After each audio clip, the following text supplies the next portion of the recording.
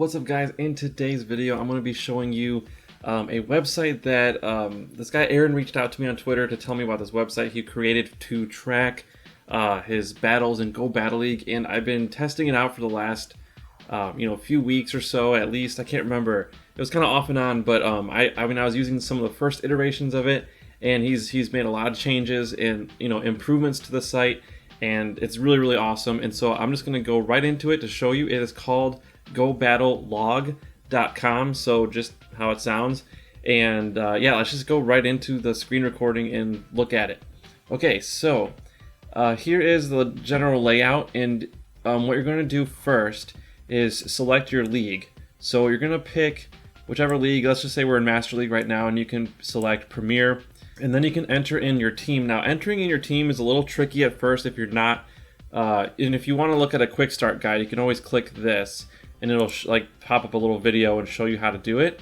But I'm going to show you right now. So what we're going to do is take the team that I used a couple examples ago, or a couple of videos ago, where I had that 6-0 run. We're going to enter in my team, and then I'm going to show you how to do it. So let's just start doing it. Okay, enter in your team. I want to start typing in Dragonite, and it'll automatically populate the Pokemon and the standard moves. And so if everything looks good, you can just go ahead and hit space and then start typing in your second Pokemon. So I'm going to type in Snorlax, and you can see it doesn't really matter if you capitalize it or not. Now it has Lick, Body Slam, Superpower. Now I'm actually using Earthquake, so what I need to do is hit space and start typing in the name of the move. Now you can see there it populates Earthquake when I do that, and then once I see that it populates it, I don't need to actually finish typing. I can just hit space and then go ahead and start typing in the next move, and then once everything looks good, you can just hit space and then go into the next Pokemon. So it's kind of nice, it automatically populates everything for you.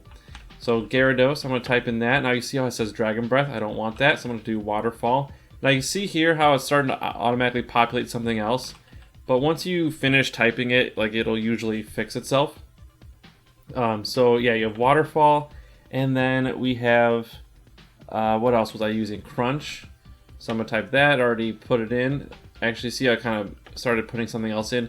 I'm just going to mess with it until it puts everything that I need. So Outrage, there you go. Okay, so now that I have my team entered in, now you can enter in the opponent's team that you faced each battle, and then you can also put in whether you won or lost. So let's just go ahead. This was the first match I went up against. Now, if you want to track their moves, you can see there, right here, it put in Togekiss. So I'm going to highlight that for you. So it put Togekiss in there, and it also auto-populated its moves. If you want to track the moves separately, you could do the same thing that you did here. Just start typing in their moves. Like, let's say for some reason it was using Air Slash. You could just start doing that. But if you're just kind of tracking just to see what Pokemon people are using, kind of see what the meta is, you really don't have to worry about what moves they're using. So you can I'm just going to keep going ahead, and I'm going to type in Metagross. I'm going to type in Meta, and Mag for Magnezone, maybe Magnezone. There you go. Okay, so MAGN was enough to populate Magnezone.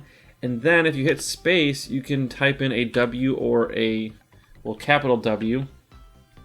So once you type that in, you can click Save Battles, and sometimes it'll be tricky, but if it doesn't work, just refresh the page and try again. But it'll start showing you some charts. Now, this is where it gets really cool, because you can see the battles that you won and most common matchups. It just shows you a lot of information. The ones I like to look at, basically focus on is the lead, because I want to see what the current leads are for a particular day. And it also, you can have an option here to show the last 30 battles you entered in, and you can also select by date. So let's say you think the meta is shifting every day, you can just check in the battles you entered in the previous day or the last 2 days, and it's really cool. It'll show you all that information. So what I'm going to do now is I'm going to go ahead and populate the rest of the matches. And I'm not going to show all of it. Let me show you this. I'll show the second battle, and then I'll just skip to the fifth one. So the second battle, if you remember from that other video, we had Togekiss, we had a Snorlax, and we had Excadrill. So Excadrill, okay. And then we also won that game, so I'm going to put W for win. I'm going to hit Save Battles, and now it'll populate. It shows that you won 2 out of 2 with the team that you entered in. This is your team here. and then it shows you a cool chart. Now, because Togekiss was the lead both games, it kind of shows here, like, one of the teams you could read this as is Togekiss, Snorlax, Magnezone, or Togekiss, Snorlax, Excadrill. This top half is one team, and then this is one team down here. And it'll get easier to show. Let me do another example so you can actually see. Okay, so I actually made a mistake here. I typed in mag and it, put Magmortar in. So what you can do, actually, if you scroll down to the bottom, you can check your battle log and you can select a particular, team that you entered in, and then you can delete it, and then you can re-enter it in. It should delete if you did it right, and then you should be able to kind of just re-enter it back in. So I'm going to go ahead and do that one that I messed up, Magnezone, and then we had Gyarados, Togekiss. Alright, so and then I actually lost that game. Okay, so it looks like it did it. So I entered in 10 battles. Magmortar's gone, so it looks like it worked. And now you can see what the meta is. We actually saw a tie for first. We saw 5 times. We saw Gyarados, Togekiss, Metagross, and Swampert. So these were the top 4, really the number 1 most popular Pokemon in these 2 sets. So we still had Togekiss as the most popular lead. We saw it 4 times out of 10. And then we had Dragonite, Metagross as tied for second. And then we also had some Magnezones. We had 3 Magnezones out of 10, 3 Dragonites. And so, really, I want to build a team to kind of counter these top 4. So, like, having Togekiss, you definitely want a Metagross that can also... But then you leave your weakness to these other ones. So you want to counter... You could also put a Magnezone on your team because that could counter Gyarados and Togekiss at the same time.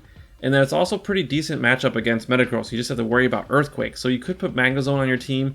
And then, of course, you're weak to Swampert, so you might want to put a Dragonite there. And then, in terms of this Dragonite and Magnezone, if you want to have a counter to both, maybe put Garchomp on your team. It won't beat Dragonite straight up, but if you have an energy lead and you can land an Outrage, that's huge. And, of course, it walls Magnezone. So there you go. You can kind of use this data to build a team off of that. And then with all these team compositions, you can see Dragonite. We had 2 Dragonites. So this is how you could read this. You had 2 Dragonite leads. And so those team compositions, since it has Metagross 2, Dragonite 2, that means both times you saw Dragonite as the lead, it had a Metagross with it. And so then one of the teams was Dragonite, Metagross, Magnezone. The other one was Dragonite, Metagross, Gyarados. And so that's how you would read that if you wanted to kind of see what the most popular team compositions were. But of course, we have a lot of Togekiss teams here. You can kind of put together those teams by looking at that. But anyways, yeah, you can even actually save. This little menu pops up. You can save that. It's kind of hard to get to it, but you could save you could download it as a PNG, and it kind of shows you how it was made. But then yeah, it just gives you some options there. So I think that kind of wraps it up. If you want to mess around with it some more, you can. And of course, if you have any issues, you can email Aaron. Maybe if you have a bug or something that something's wrong with it, you can just message him.